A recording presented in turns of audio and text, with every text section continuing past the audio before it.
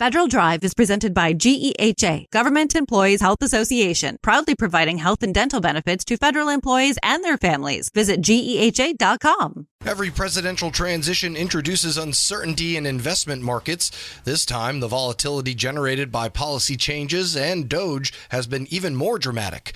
Joining Federal Drive host Terry Gerton earlier with insight into what those changes mean for the industries that work most closely with the government is the managing director in the Defense and Government Group at Raymond James, Sam Maness. Raymond James has recently published its Defense and Government Market Intel report looking back to May of 2024. Tell me what the big trends are that you're looking at. It has been a year of ups and downs for sure. We saw quite a lot of optimism across the indices going into the election last year. The world has been a dangerous place, which feeds into the national security attributes of the indices. Certainly going into the election, there was not great concern about what may happen to the civilian side of our market. But what we've seen subsequent to the Trump administration coming into power is, I'd say, an overall pervading sense of uncertainty in many of the federal markets that we cover in the report. That led to a tremendous pullback in the valuations of the companies that we cover from a public perspective. But recently, interestingly, in that report, we've seen a rebound over the past month.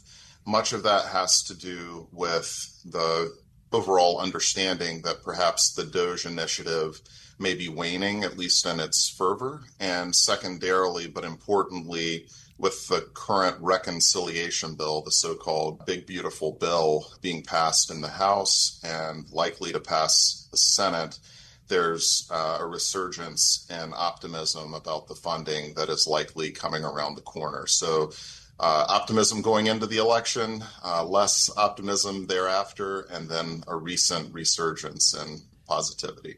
Well, that's a wonderful stage setting. Let's pick the segments apart a little bit. When I looked at the numbers, if I read this correctly, the European defense contract sector is up 80% since last May, with a big jump coming in February of 2025.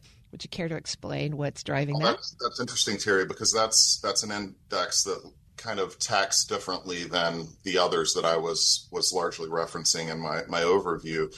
But it is also a reflection of a change in policy with the administration. The lack of confidence that our European allies, in particular the NATO allies, that they'll be able to rely on the U.S. in the way they have for their defense policy or posture. And so their contractors are likely to see increased funding from their native governments. And so the belief across the board is that defense spending will increase meaningfully across Europe, and therefore the government contractors in Europe should be net beneficiaries.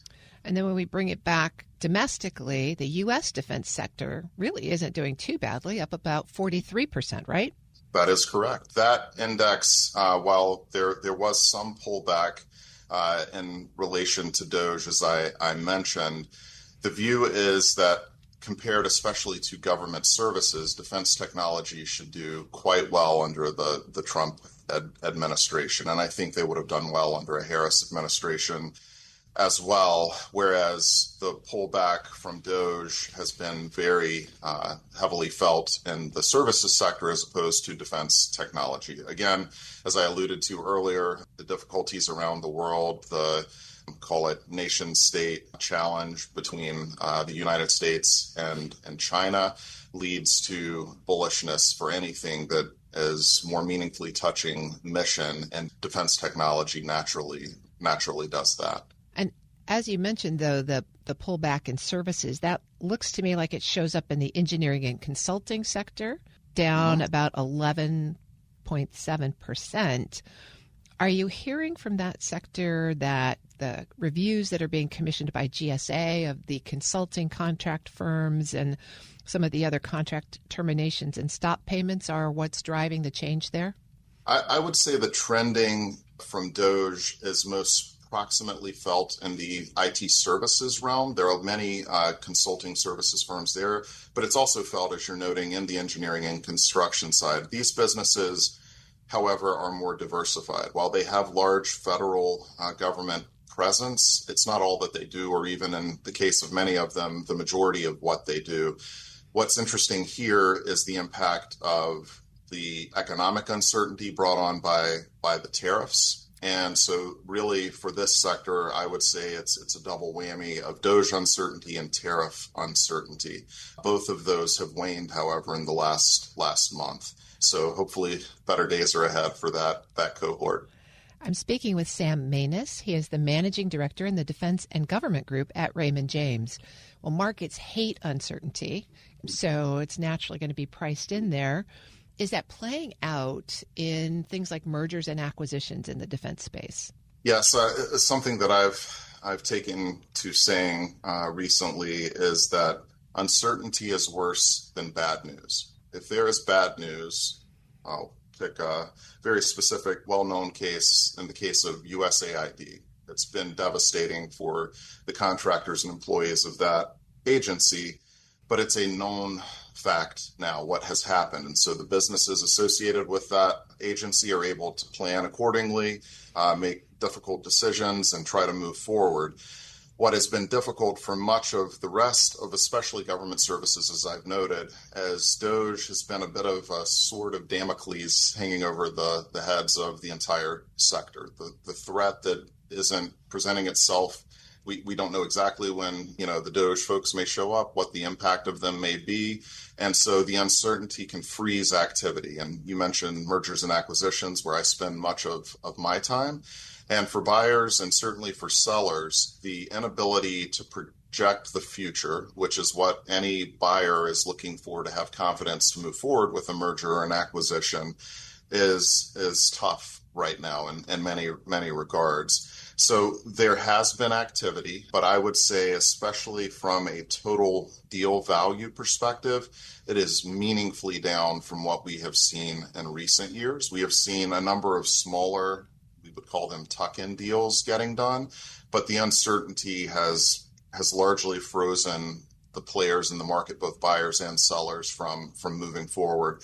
I expect, again, with the waning of DOGE, with the perhaps passing of the reconciliation bill, that some of this uncertainty will abate. We are in new times with a new administration. That happens every time there's an administration change. And while it may feel radically different to many than what has been in the past, we will get used to the proclamations and direction of the current administration. And once that is understood, good or bad, for individual companies, at least decision makers will have better certainty and can react accordingly. When we think about mergers and acquisitions, it used to be one big company buying another or merging with another. How is the growth or the increased play of private equity in government contractors and in the defense industry particularly changed the feel of how government contracting and support is done? Oh, absolutely. When I started in, call it government mergers and acquisitions almost 25 years ago, there were very few private equity firms that cared about our sector. It was dominated by, as you're noting, larger strategic buyers and their appetite for acquiring smaller businesses or larger mergers. Now there is a vast network of private equity firms that are interested in our space. Many of them are located here in the National Capital Region, but also private equity firms around the country that have taken note. What has been interesting is historically those firms were attracted to our space for the predictable, stable cash flows of the federal sector. That has changed here recently, and it's taken. Many of these firms are having to recalibrate their understanding, especially in the government services sector. But there's a form of private equity that has come into the national space, the federal space, in recent years that is quite new for many of us, and that's the venture capital funds, many of which are coming from California. I think most noteworthy is the involvement of someone like a Peter Thiel, who is very close to the current administration, bringing in new technologies that are disrupting some of the traditional players in our space. The evolution of commercial technology in the government space has been at the tip of everyone's tongue. Think of firms like Palantir or Anduril that have done quite well. So not only has private equity flowed into the M&A space, it's actually reshaping our space by bringing in, these venture capital dollars. It's fascinating to watch, and certainly all the conversation in DOD is about buying commercial and bringing in tech and moving faster. It will be interesting to see whether the venture capital culture invades DOD or the DOD culture invades venture capital. I am curious to see.